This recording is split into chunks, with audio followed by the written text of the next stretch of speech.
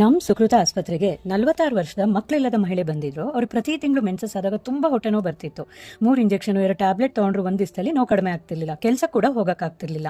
ಅವ್ರಿಗೆ ಸ್ಕ್ಯಾನ್ ಮಾಡಿದಾಗ ಗರ್ಭಕೋಶದಲ್ಲಿ ಅಡಿನೋಮಯೋಮಾ ಅನ್ನೋ ಗಡ್ಡೆ ಇರೋದು ಕಂಡುಬಂತು. ಒಂದ್ಸತಿ IVF ಕೂಡ ಫೇಲ್ ಆಗಿತ್ತು.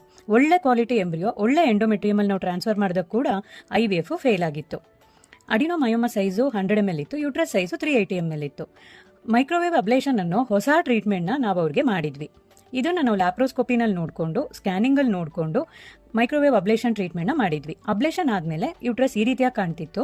ಆಪರೇಷನ್ ಆಗಿ 36 ದಿವಸದಲ್ಲಿ ಅಡಿನೋಮಯೋಮಾ ಸೈಜು 45 ml ಆಗಿತ್ತು. 70% ಅಷ್ಟು ಫಸ್ಟ್ ಮೆನ್ಸಸ್ನಲ್ಲಿ ಪೇನ್ ರಿಲೀಫ್ ಆಗಿತ್ತು. 65 ದಿವಸದಲ್ಲಿ ಗರ್ಭಕೋಶದ ಸೈಜು 100 ml ಅಷ್ಟು ಕಡಿಮೆ ಆಗಿತ್ತು. ಸೆಕೆಂಡ್ ಮೆನ್ಸಸ್ನಲ್ಲಿ 65 ದಿವಸದಲ್ಲಿ ಅವ್ರಿಗೆ ಕಂಪ್ಲೀಟ್ ಪೇನ್ ರಿಲೀಫ್ ಇತ್ತು. ಒಂಚೂರು ಪೇನ್ ಇರಲಿಲ್ಲ. ಅಡಿನೋಮಯೋಮಾ ಈ ರೀತಿ ಸಿಸ್ಟಿಕ್ ಡಿಜೆನರೇಷನ್ ಆಗ್ತಿತ್ತು.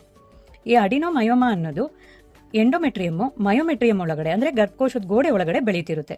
ಈ ಮೈಕ್ರೋವೇವ್ ಅಬ್ಲೇಷನ್ ಅನ್ನೋದು ಇದಕ್ಕೆ ವಿನೂತನ ಯಶಸ್ವಿ ಚಿಕಿತ್ಸೆ ಆಗಿದೆ.